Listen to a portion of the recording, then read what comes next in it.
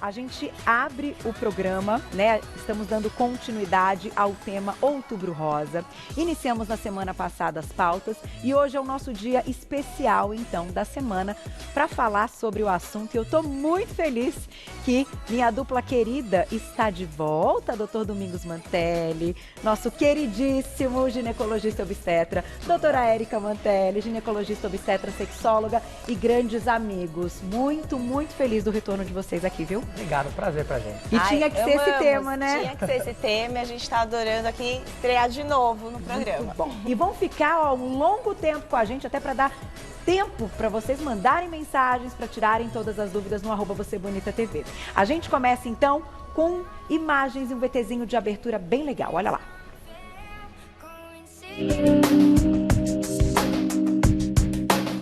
Outubro Rosa é um movimento internacional de conscientização para o controle do câncer de mama, criado no início da década de 90. A data é celebrada anualmente com o objetivo de compartilhar informações e promover a conscientização sobre a doença, proporcionar maior acesso ao serviço de diagnósticos e de tratamento e contribuir para a redução da mortalidade. Segundo o levantamento mais recente realizado pelo Instituto Nacional do Câncer, até o fim deste ano, mais de 60 mil mulheres terão câncer de mama no Brasil. Diagnosticar o câncer precocemente é muito importante, já que 95% dos casos identificados em estágio inicial têm possibilidade de cura. Por isso, a mamografia é imprescindível, sendo o principal método para o rastreamento da doença. De acordo com a Sociedade Brasileira de Mastologia, das 11,5 milhões de mamografias que deveriam ter sido realizadas no ano passado, apenas 2,7 milhões foram feitas. A diminuição acentuada do exame é um fator de risco para milhares de mulheres e um alerta para a importância da campanha.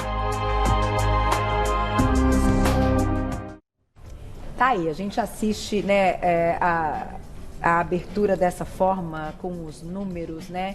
E como mulher, a gente se depara numa situação que, de fato, esse é um alerta mais do que importante. Então, hoje, a gente vai debater com eles que há anos levam muita informação aqui nas redes sociais e o quanto a gente precisa, de fato, estar atento à prevenção.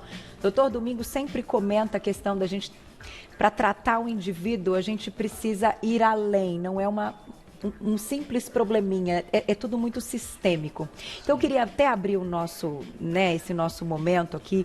A gente vai ter algumas questões pontuais de ilustração que as meninas separaram, mas ouvindo de vocês o que hoje é importante entender como a prevenção neste Outubro Rosa, porque eu acho que vai muito além do câncer e do câncer de mama, é um mês dedicado à mulher, né? Com certeza. Bom, mais do que só o Outubro Rosa, acho que é importante a gente passar essa consciência para a população da gente se cuidar a vida inteira, o ano inteiro, não é só no mês de outubro. Claro que as campanhas internacionais, todo mundo está fazendo esse levantamento, mas que não seja só no mês de outubro. Porque o que eu pego muito, Carol, é isso, você vê a mulher que trabalha, cuida da casa, dos filhos, da família inteira, se tem alguém doente na família, ela vai lá, fica junto, mas muitas vezes ela esquece do corpo dela, como se não existisse, né? Então ela faz do bom e do melhor para todos, só que ela muitas vezes não come direito, come qualquer coisa, come um fast food, come alguma coisa pronta ali e tal, não vai no médico, mas se precisar leva alguém ao médico. Então acho que o primeiro entendimento dessa campanha toda é a gente conscientizar a mulher dela se amar, se respeitar. Eu sempre falo, mulher que se ama se cuida. Então que ela possa fazer os exames dela de prevenção e não só focar em exames, né, ou a busca de doenças. Não, pelo contrário, viver uma vida, e a pauta de hoje a gente quis trazer isso. Como que o nosso estilo de vida, a nossa qualidade de vida pode impactar, não só no câncer de mama, mas com diversas outras doenças. E é mais ou menos isso que a gente já discutiu algumas vezes, né, doutor Domingos, em outras pautas, até com outros temas ligados à alimentação, a estilo de vida, mas que, de fato, a gente só vai atrás quando aparece algum sintoma. Hoje a gente fala muito da medicina preventiva, né? E acho que é nisso que tem que ser focado a pauta, principalmente. Por quê?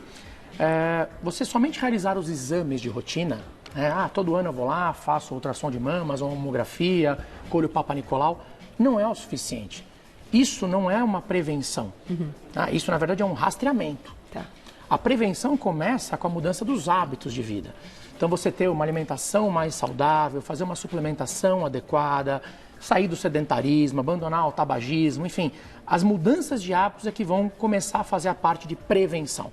E, obviamente, com a parte médica, com uma suplementação, você complementando aquilo do seu estilo de vida, você consegue prevenir. Então, isso é importante as pessoas entenderem. Quando a gente faz os exames, são exames de rastreamento. Tá. Apesar de muitas vezes falar assim, o exame preventivo, não, o exame não previne o câncer. É verdade. Se ele tiver que aparecer, ele vai aparecer. Ele simplesmente faz o rastreamento. E quanto mais precoce o rastreamento, melhor. Então, além de tudo, além dessa parte de conscientização e da parte de rastreamento, pensar na prevenção. Que, obviamente, se você tiver hábitos de vida mais saudáveis, muito mais difícil da doença aparecer. Lembrando que a gente vai conversar um pouquinho hoje, mas as pessoas não são mais reféns da genética. Eu ia entrar nessa parte, não é uma sentença. Não é uma sentença, exatamente. Não é porque a sua mãe, de repente, teve um câncer de mama, que a sua irmã teve um câncer de mama, que obrigatoriamente você vai desenvolver um câncer de mama. Existem maneiras de você, tendo hábitos de vida saudáveis, de você prevenir o aparecimento desse câncer, da doença, desse gene se manifestar. Então é justamente sobre isso que a gente vai falar hoje. Tá aí. Vou começar então já com os temas que a gente dividiu em alguns, né, para também facilitar e entender o que a gente tem que prestar atenção. Equilíbrio do estresse. Há tempos que você fala sobre isso também, né? Falamos bastante. Bom, está comprovado cientificamente, né, que o manejo do estresse ele é fundamental para o controle e também para a melhor resposta ao tratamento de diversas doenças, não apenas do câncer de mama, mas para a gente equilibrar nosso sistema imunológico, para a gente ter uma melhor resposta das nossas células.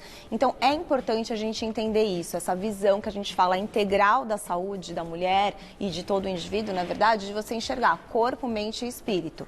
Então, cada um na sua crença, o que vai fazer, mas que você procure atividades que possa te trazer bem-estar, que você possa, não adianta nada, né? A pessoa trabalhar pra caramba, juntar dinheiro e tal, se você não tiver saúde, você não vai fazer nada com isso. Então, assim, equilibrar, né, Carol? Então, quem gosta de atividade física, então vai praticar mais atividade física, quem não gosta, então que procure algo que possa trazer prazer, mas que possa entrar isso.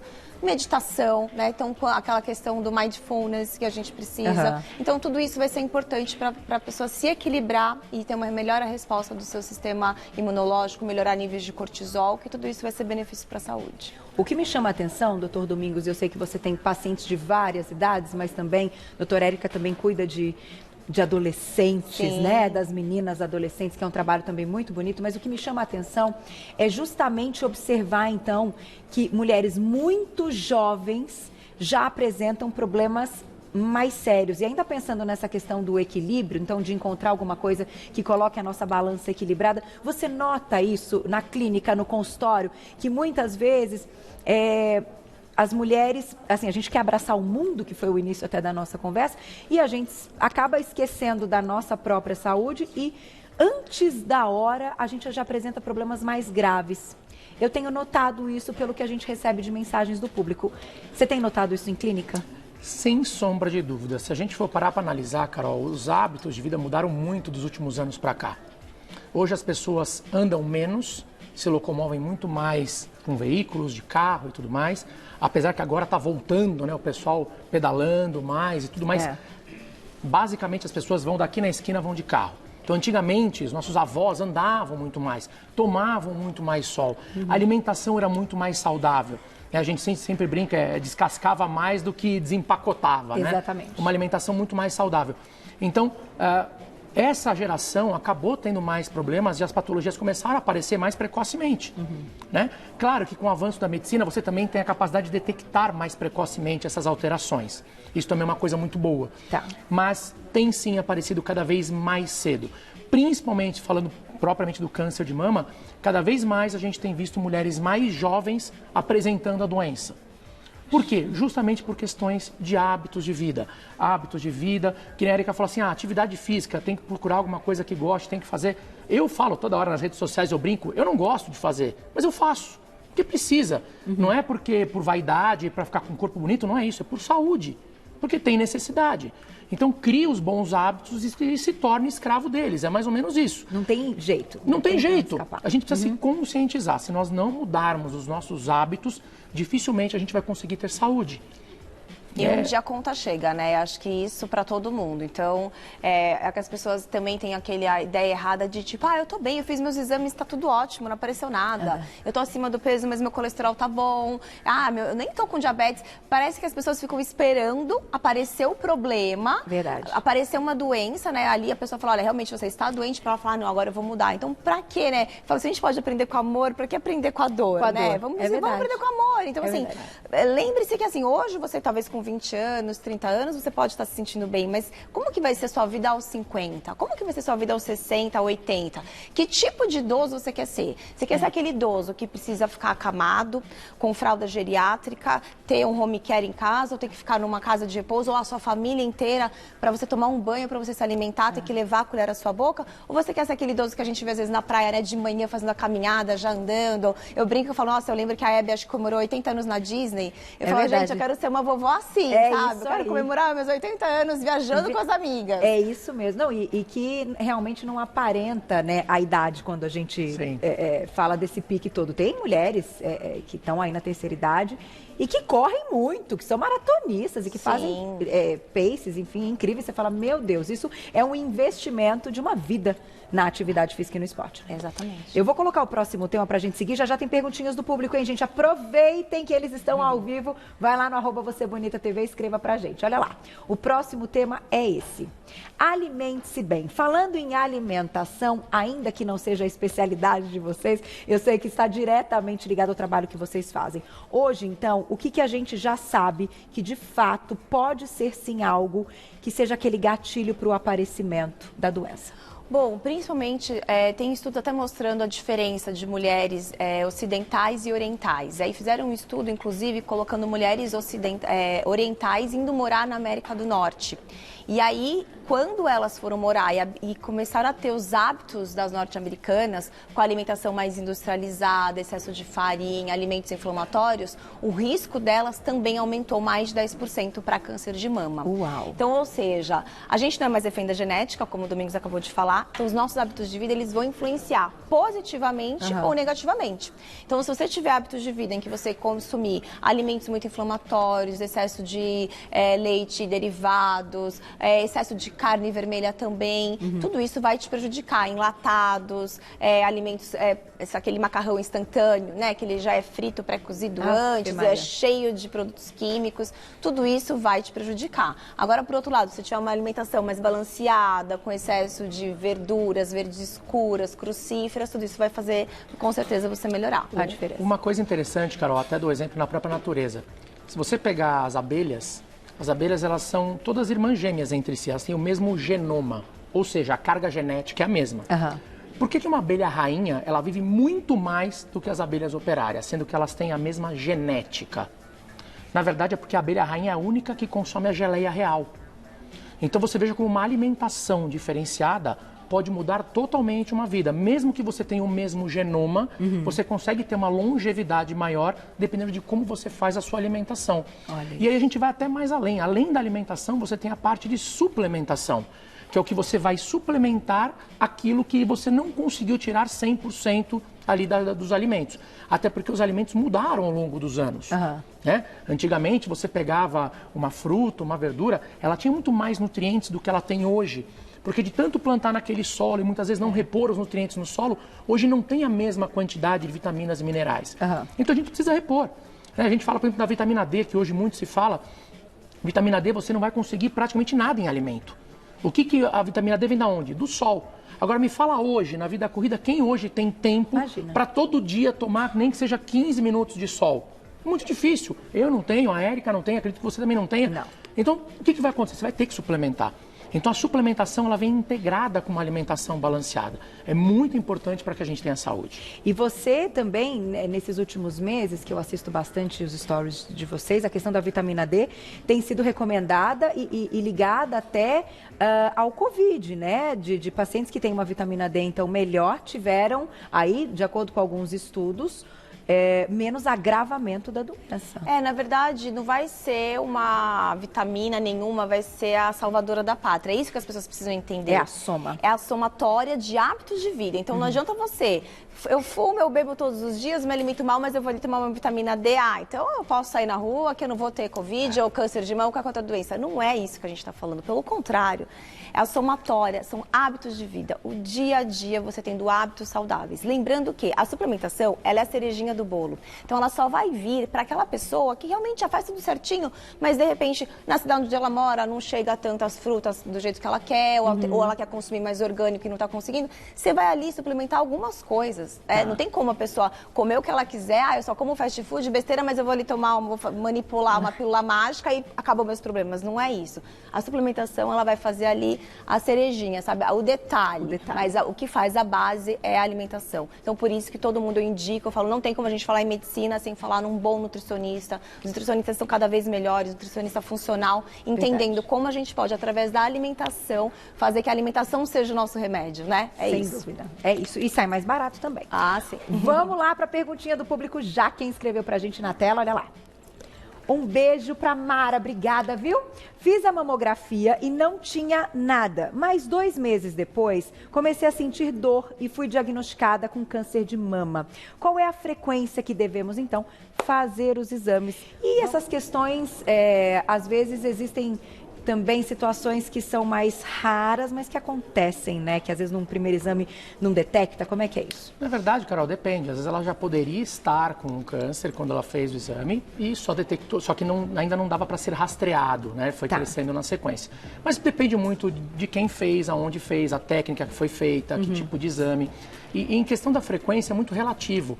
Geralmente, o ginecologista ele vai acabar indicando para a mulher aquela frequência adequada em relação ao seu histórico familiar, ao seu histórico pessoal, que vai diferenciar, vai ser diferente de pessoa a pessoa. Aos exames anteriores, então se ela já tem vários anos, se ela já tem nódulos, exames se não que tem, estão negativos, pode de repente espaçar mais essa frequência. Às se tem vezes algum pode ser nódulo anual, suspeito, às vezes a cada 2 coisa. anos, a cada 3 anos em alguns países a recomendação, mas isso vai variar muito de mulher para mulher. Por isso que a gente gosta de individualizar bem, né? Mas no caso dela, depende da idade, ela não pôs a idade, acho que é importante ela conversar diretamente com o médico dela e ver de acordo com a idade dela, esse rastreamento, como deve ser feito, principalmente a gente levando em conta hábitos de vida e também o histórico familiar. E existem vários tipos de tumor, né? Tem tumores que são mais lentos de progressão, tem tumores mais agressivos, então também depende muito do tipo de tumor que apareceu. Agora, quando a gente fala em padrão ouro para esse rastreamento, a gente está falando no quê? Para o rastreamento, a gente começa, você tem ultrassom de mamas, mamografia, ressonância nuclear magnética.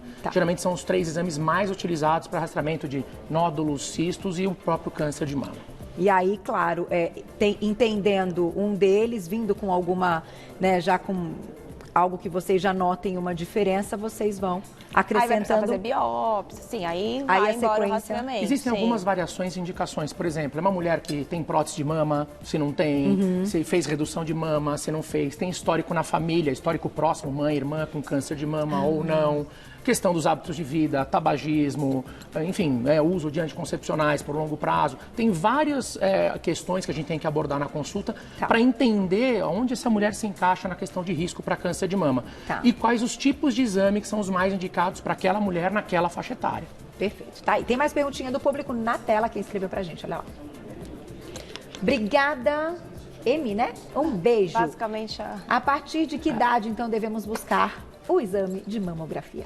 Geralmente a gente pode fazer a partir dos 40 anos, em alguns casos com 35 anos pode fazer uma de base para ter ali uma referência depois quando a mulher chegar aos 40. Porém, às vezes o rastreamento vai ser um pouquinho mais precoce, principalmente se ela tem casos na família. Então, às vezes, a mulher que teve caso, a gente tem que começar o rastreamento 10 anos antes da época que apareceu na mãe. Então, por exemplo, a mãe apareceu com 50, a gente vai começar aos 40. A mamãe teve aos 40 anos, que é uma mulher jovem, então nessa filha o ideal é começar o rastreamento mais cedo. Então, tudo vai depender, por isso que não é uma receitinha de bolo. Mas se a mulher não tem fator de risco nenhum, a partir dos 40 anos, para pelo menos ter uma primeira, já é uma data ideal. É o ideal. E que a gente deve fazer, já já a gente vai falar então do autoexame também, vocês vão explicar, eu acho que é sempre importante a gente tocar nesse assunto do autoexame. Vamos para o próximo tema, que a gente está destacando alguns e já já tem mais perguntinha do público. Então, evite bebida alcoólica em excesso. A quarentena, fizemos essa pauta aqui, fez o pessoal, né não? dar uma, né, aumentadinha no consumo da bebida alcoólica. E aí, o que falar de bebida alcoólica? Carol, na verdade, quando diz ali evitar bebida alcoólica em excesso, devemos evitar tudo em excesso. É verdade. Né? O equilíbrio, de novo, é o mais importante, né? Mas é claro, aquela pessoa que tem alguns hábitos, né? Por exemplo, a pessoa que bebe todos os dias. A gente sabe que a bebida alcoólica ela vai ter uma atuação negativa, ela vai atuar como um disruptor endócrino, vai alterar a produção hormonal, vai estimular a reprodução celular de forma inadequada. Então, é sim um fator de risco. Não só para câncer, mas para várias outras patologias, né? A parte hepática, cirrose e por aí vai. Então, tudo que for em excesso, a gente tem que tirar das nossas vidas, né? A gente tem que tomar muito cuidado quando fala assim, a bebida alcoólica faz mal. Depende. Se é aquela pessoa que vai tomar uma taça de vinho de vez em quando no final de semana, obviamente você não vai morrer por causa de cirrose por conta disso. Entendi. Agora, se é uma pessoa que toma 1, 2 garrafas de vinho todos os dias, aí você saiu do padrão, obviamente. Então, é nisso que a gente tem que se apegar. Então, você pode ter hábitos de vida saudáveis e, obviamente, ter direito às suas exceções esporádicas. Tá. Né? Então, isso é o mais importante. Você vai viver uma vida inteira comendo regrado, não vai nunca ser de uma dieta? Lógico que não. É impossível, você vai né? ter as suas exceções. A gente Esse é o até contra equilíbrio. esse terrorismo nutricional, pelo contrário, eu acho que o equilíbrio é a chave. Mas tem gente que fala assim, não, eu só bebo socialmente, mas a vida social da pessoa é muito agitada, Todo sabe? dia, tem reunião todo dia de negócio. Ela é Eu terça, já dei quarta uma e acalmada, quinta, preciso acalmar de novo, que voltou todos os negócios, eu já me animei de novo. Mas Então... vocês sabem que eu sou uma rodinha, tenho rodinha. Mas é isso, não, mas claro, não Mas pode... é com equilíbrio, entendeu? Então, assim, sem claro que você pode, no final de semana, um dia especial, você vai tomar um vinho com seus amigos, com seu parceiro, não tem problema nenhum. Agora, tem gente que todos os dias chega em casa e abre uma garrafa de vinho. E bebe inteira. Todos os dias. E a Aí pessoa não não tem- percebe, Carol, porque vai bebendo aos pouquinhos e você vai acostumando e a sua tolerância vai aumentando. Sem Então, dúvida. antes se bebia uma taça e começava a ficar um pouquinho zonza aí parava, a pessoa tendo esse hábito todos os dias e muitas vezes ela não percebe o problema do alcoolismo, porque muitas estão já totalmente dependentes e não enxergam. Então, é super importante você rever, né, os hábitos e entender o que está acontecendo. E é impossível, eu digo isso como uma apreciadora de vinho, vocês sabem, e eu tenho lá a minha rotina do vinho e tal, mas é impossível se você passar do limite, você manter a sua frequência de treinos, Sim. você manter o rendimento na atividade física e você manter um rendimento profissional. Sim. Então é um negócio que atrapalha realmente se você não tiver ali um ponto, né, de limite. Sim, é com essa palavra. certeza. Equilíbrio. Limite, equilíbrio. Tem mais perguntinha, Glaucia? Vamos então para mais um tema, olha lá. E já perguntinhas do público. Ah, aí, ó, já antecipei. Prática da atividade física. Oh, que maravilha. É uma das coisas que eu mais sou fã na minha vida. A gente fala de Outubro Rosa, de câncer de mama, de papo feminino, mas é super importante que os homens também estejam, né, envolvidos aí para entender até que ponto também podem ajudar as suas mulheres, né? Né não, meninos? Eles ficam ligadinhos nas informações. Vamos colocar mais perguntinha do público, já a gente retoma a questão da atividade física, mas tem pergunta importante, olha lá. Um beijo, Margarete, obrigada. A partir de que idade começa, então, a reposição hormonal e se é seguro? O assunto da reposição hormonal é sempre polêmico, então vamos lá, vamos ouvi-los. Sempre. Na verdade, assim, quando se fala em reposição hormonal, a primeira coisa que se pensa é na mulher menopausada. Aquela mulher que perdeu a função ovariana, né, entrou na menopausa, deixou de produzir hormônios e você vai repor esses hormônios na mulher porque ela está tendo alguns sintomas. Às vezes sintomas de calores, fogachos, ressecamento vaginal, perda de libido, ganho de peso, dislipidemias, aumento de colesterol, triglicéridos, ou seja, ela está tendo algumas alterações próprias da menopausa e que muitas vezes a reposição hormonal vai ajudar a amenizar. Tá. Mas você também pode repor hormônios na mulher sem ser na menopausa, dependendo dos sintomas que ela tem. Tá. Então, mulheres que têm a deficiência de algum tipo de hormônio, seja de uma progesterona, de uma testosterona, obviamente para aquelas que precisam, que têm indicação médica, você também pode fazer. Então, a reposição hormonal vai depender, não existe uma idade específica para começar. Vai depender do que a mulher apresenta, do que ela tem de sintomatologia. Eu tenho pacientes, por exemplo, já estou com uma paciente com 31 para 32 anos em menopausa precoce. Essa mulher vai começar uma reposição muito mais cedo do que aquela que entrou na menopausa aos 55 anos, por exemplo. Então vai variar muito, vai depender muito das indicações médicas. Vamos colocar mais uma perguntinha, a gente segue. Se tiver mais de reposição hormonal, a gente continua. Olha lá, chegaram várias, claro. Fernanda, um beijo, obrigada. No ultrassom e na mamografia está difícil a visualização dos cistos que possuo bilateralmente. Há algum outro exame indicado? Pois estou com um cisto suspeito. Bom, para avaliação das mamas, além de ultrassom e mamografia, a ressonância de mamas também pode ser feita. Tá. E aí precisa ver se é um cisto suspeito, muitas vezes talvez seja necessário fazer uma punção, né? E aí mandar para análise, passar com o mastologista, que é o especialista realmente na saúde das mamas, para fazer a avaliação. Então, geralmente são esses exames Então principais. ainda tem uma ressonância após a mamografia e até a punção. Sim. Para ter certeza. Tá aí. Mais perguntinha? Obrigada, Elisângela, um beijo. Minha mãe foi diagnosticada com câncer de mama. Ela sente muita dor. Então, a pergunta dela é se é normal. Vamos entender os sinais também, né? Os sintomas, muitas vezes, porque existem doenças muito silenciosas e algumas com manifestações. Já, já. Vamos lá, deixamos uma perguntinha, então, a respeito de dor, né? Acho que da Elisângela. Isso. Ela diz, minha mãe foi diagnosticada com câncer de mama e ela sente muita dor, então pergunta se é normal.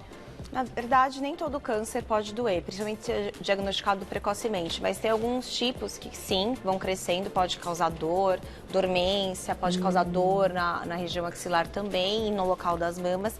E tem um tipo de câncer que ele é inflamatório, que além dele dar dor, ele pode formar um processo inflamatório, a pele ficar realmente mais avermelhada, um aspecto que a gente chama em casca de laranja, mais endurecida, e isso levar a bastante dor. Então é importante sim, com certeza, voltar no médico, né, avaliar como que está, não sei se já começou o tratamento, está no meio do tratamento, ela não explicou direito essa parte, mas com certeza comunicar ao médico para também receber a medicação adequada para enfrentar esse período também, né, porque além da dor física tem a dor da alma, né, Carol, quando tem um diagnóstico difícil como esse. E alguns tumores se manifestam inclusive com ulcerações, com feridas na mama. Então às vezes a mulher acha, nossa, eu cocei, parece que machucou e muitas vezes já é um sintoma do câncer de mama. Então, super importante qualquer alteração que apareça na sua mama, seja um nódulo palpável, dor, uma vermelhidão ou uma ulceração, qualquer machucado, procurar um mastologista imediatamente para uma avaliação. Perfeito. Mais perguntinha. Vamos seguir com as perguntinhas do público, que eu sei que vocês adoram. Olha lá. Obrigada, Gil. Um beijo. Boa tarde. Pilates é um bom exercício físico? Vamos falar aí de algumas atividades, já que a gente tinha o tema atividade física. Na verdade, o importante da atividade física é você se encontrar. Seja fazendo yoga, treinamento funcional, crossfit, pilates. Pilates, sim, ele é importante, até nas gestantes a gente indica bastante, mas para a saúde de qualquer pessoa, tem a questão da postura, a questão de alongamento. Então, ele é, sim, um exercício muito bom. Mas mais do que isso, você procurar aquilo que te agrada. Então, tem gente que não gosta de nada, né? Como é o caso de uma pessoa que dificilmente... Eu falo que eu não libero endorfina, eu libero odiorfina. Odiorfina, mas faz, né? Mas faz o que precisa. Mas tem ó, que eu tô fazer. orgulhosa, todos os dias da semana. E acorda cedo ainda, porque ele Todo dia. começa cedo e ele ainda vai mais cedo, que é mais difícil. A Erika falou, o importante é você se encontrar. Eu me encontro todo dia com o meu personal, não gostando, mas me encontro e a gente faz, não tem jeito. É isso, é igual o negócio da dieta, né? Qual é a dieta que você consegue fazer? Então, a atividade física é aquela que você consegue praticar. Exatamente. Não tem, né? Não tem talvez melhor ou pior, desde que... O mais importante é a pessoa se conscientizar, que a atividade física tem que fazer parte da vida dela. Não importa qual seja, pode ser um esporte, quem gosta de jogar tênis, quem gosta de jogar bola, quem gosta de academia, quem gosta de correr, não importa qual seja. Você tem que sair do sedentarismo e ter uma atividade física para o seu bem-estar, para a sua saúde. É tipo escovar os dentes. Às vezes você não vai amar, nossa, eu amo escovar os dentes. Eu vou lá, amo, passo o fio dental, fico meia hora. Às vezes pode não amar, mas você não tem que fazer. É um hábito porque não é que tem que para ser criado. saúde. É igual para atividade física. É disciplina. É disciplina. Tá aí. Próxima perguntinha na tela. Obrigada, Fernanda. Um beijo. Tenho um nódulo no seio, mas não constatou na mamografia, e sim no ultrassom de mama. Quanto a mamografia é segura para esse diagnóstico? Na verdade, um exame complementa o outro. Tem alguns tipos de lesões que serão mais visíveis no ultrassom outros serão mais visíveis na mamografia. Tá. Por isso são exames complementares. Você não tem indicação de um ou de outro, são exames que um complementa o outro. Muitas vezes, quando você encontra um nódulo ao ultrassom, você solicita uma mamografia para complementação do laudo deste ultrassom. Entendi. E, obviamente, dependendo da idade, aí você acrescenta a mamografia como sendo um exame também de rastreamento periódico, anual, por exemplo. Então, as indicações, assim, basicamente para mulher mais jovem, você começa com um ultrassom de mamas. E detectando algum tipo de lesão, você migra para uma mamografia, solicita uma mamografia para complementação deste laudo. Como é que hoje, então, as mulheres que já apresentam algum cisto, já encontraram, que estão ali ou benignos ou, enfim, que não crescem, né, suspeitos, como é que é esse cuidado, então, periódico para a mulher que já apresenta nódulos, enfim, cistos? No próprio exame, o médico que faz essa parte de imagem vai dar ali a classificação, né? Se é benigno, totalmente benigno, se é algum suspeito. E aí, com isso, você faz um screening já e de acordo com o tempo. Então, recomenda-se repetir em 6 meses. Então, a gente vai orientando repetir com uma frequência maior. Tá. Então, observar. Então, assim, observar a característica desse cisto, o conteúdo dele, se é regular ou não. Então, tudo isso é importante. Então, está crescendo, se não está, irrigação. Exatamente. Se tem fluxo de irrigação ou não. E essa classificação que a Erika falou, que a gente chama do BIRADS, né? Principalmente, você tem a classificação que vai desde o 0 até o mais avançado. Então, você tem nódulo benigno, provavelmente benigno, suspeito, provavelmente maligno e assim por diante. Então, dependendo da classificação, o médico vai falar, opa, esse aqui é um nódulo suspeito, vamos indicar uma punção para fazer um exame anatomopatológico. Fez o anatomopatológico, veio negativo para câncer, vai fazer o acompanhamento um pouquinho mais espaçado e assim por diante. Então, vai depender do tipo de alteração e dessa classificação dada no ultrassom ou na mamografia. E tem muitos cistos e nódulos que a mulher pode ter a vida inteira, que aquilo ali nunca vai virar câncer, que não é potencialmente maligno, mas é ali uma alteração da mama benigna, que só precisa de acompanhamento, mas que ela pode conviver aquilo bem. Agora tem outros que são maiores, ou alguns nódulos, um fibroadenoma, por exemplo, que ele pode estar maior, pode estar incomodando, está crescendo, e por mais que seja benigno, é indicado fazer uma cirurgia para remoção. Então também, tirar ou não, depende do tamanho, da localização, está levando algum sintoma ou não. Perfeito. Tem mais perguntinha? Aproveitem, olha lá. Um beijo, Adriana, obrigada. Tenho cisto na mama, fiz punção e voltou a doer bastante. Tenho sentido que aumentou o tamanho. Então, o cisto pode virar câncer? A gente, antes de responder essa perguntinha, vamos ouvir as palavras. Olha só que legal, vou apresentar para vocês. A cardiologista a doutora Renata Isa Santoro. Ela tem um livro, inclusive, ela é cardiologista e ela conta uma experiência muito bonita. Eu fui presenteada até com o livro, que é A Poderosa Leveza de Ser. Então, ela fala do câncer de mama de uma forma muito interessante. Aí, desculpa, estou tampando vocês. A gente foi ouvi-la. Vamos colocar as palavras dela? Olha lá, na tela. Olá, pessoal do Você Bonita. Eu estou muito feliz de estar aqui conversando com vocês mais uma vez. Meu nome é Renata Santoro. Eu sou cardiologista em Campinas. E em 2016 eu tive câncer de mama. E o câncer de mama, ele veio para me mostrar a vida e o estilo de vida que eu estava tendo. Eu era uma médica que trabalhava muito, tinha pouco tempo para mim, na verdade nenhum tempo para mim, pouco tempo para os meus filhos. Eu era muito estressada, eu era responsável por muitos trabalhos e por muitas pessoas, por clínicas, hospitais, e eu tinha uma vida muito estressante. E o câncer de mama me fez parar tudo que eu estava fazendo, a forma como eu estava me alimentando, os exercícios que eu não fazia, os hobbies que eu não tinha, e o amor próprio que não existia mais em mim. Ele me fez resgatar tudo isso. A partir dele, eu comecei a olhar para dentro, olhar para mim. Eu comecei a fazer exercício físico, a dançar, a ter os meus hobbies e principalmente a meditar. Hoje eu estudo terapias integrativas para ajudar outras pessoas também a não cair mais na cilada do estilo de vida errado. E eu escrevi um livro que se chama A Poderosa Leveza de Ser, onde eu conto essa minha jornada interior e mostro as práticas que as pessoas podem fazer para não cair nessas armadilhas que eu caí do piloto automático e do estresse. Gratidão. Ai, vai ao lindo. encontro de tudo que vocês Resumiu disseram. a pauta. Não Perfeito. É? Que e um linda. caso real, né? E médica, e vocês sabem muito bem como é essa Sim, rotina, a né? rotina dos médicos, infelizmente, assim, o número que tem de médicos com doenças cardiovasculares, oncológicas e taxas de suicídio entre os colegas médicos Olha também, só. por conta dessa rotina de estresse. Então, é difícil para todo mundo, mas a gente também tem que se cuidar, né? É Antes isso. de cuidar do outro, cuidar da gente, com certeza. Um beijo, viu, doutora? Linda Doutora história. Renata Isa Santoro, lá no Linda. Instagram, para quem quiser acompanhar. E agora a gente vai fechar com perguntinha que a gente deixou, então. Pergunta na tela, olha lá, da Adriana. Ela diz o seguinte: eu tenho um cisto na mama, fiz punção e voltou a doer bastante. Tenho sentido que aumentou o tamanho. O cisto pode virar câncer? É verdade, Carol, se for um cisto simples, normalmente não. Ele é benigno, é uma coisa relativamente até comum, muitas mulheres têm cistos de mama.